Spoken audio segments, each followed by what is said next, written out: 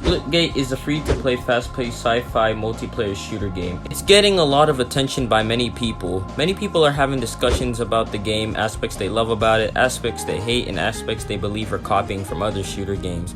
I decided to play the game and give it a try, and I'm gonna be giving my first impressions of the game. Let's start with gameplay. In Spiltgate, when you load in, you'll be given two weapons, an assault rifle and a carbine rifle. There's also weapons lying around the map that you can pick up. They'll be in random spots around the map, which means no, Jimmy, you can't camp at the weapon spawn and expect to be rewarded.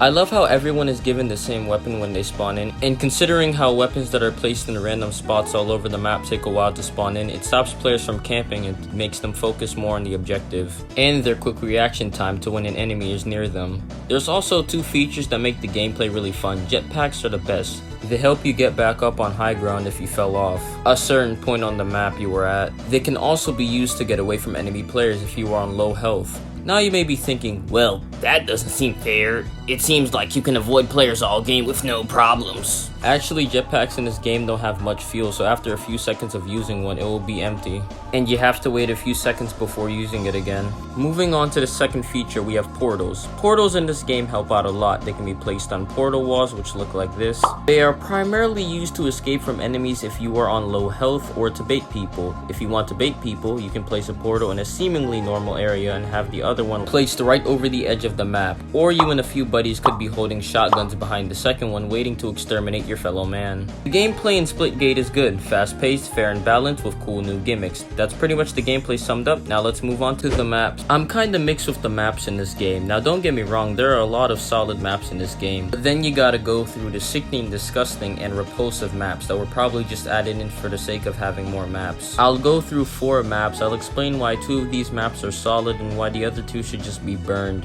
keeping our world safe of filth. Stadium is a great example of how you should make a good small map. 3 lanes with different routes to go through and attack enemies. It looks futuristic and clean. But then you got the failed child, the one that was supposed to be a planned abortion, but due to your parents' car breaking down, they couldn't get there in time.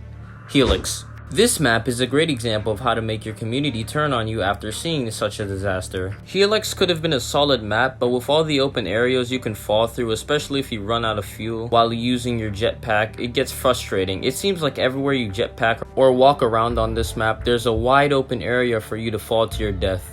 The map design of Helix isn't the worst, but they really didn't have to go the extra mile with all these death traps on this map. Most of the deaths in the kill feed will usually be someone falling off the map. I think Helix needs to be reworked, honestly. Pantheon is another great map. It's a medium-sized map and has this modernized temple look to it.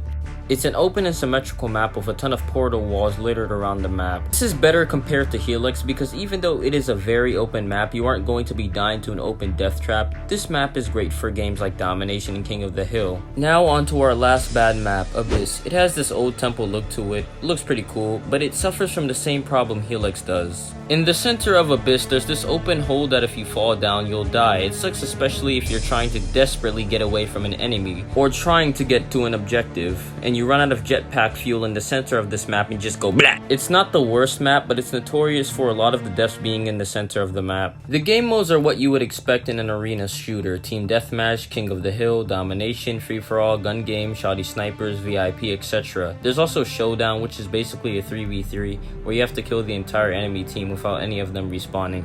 Pretty fun game mode.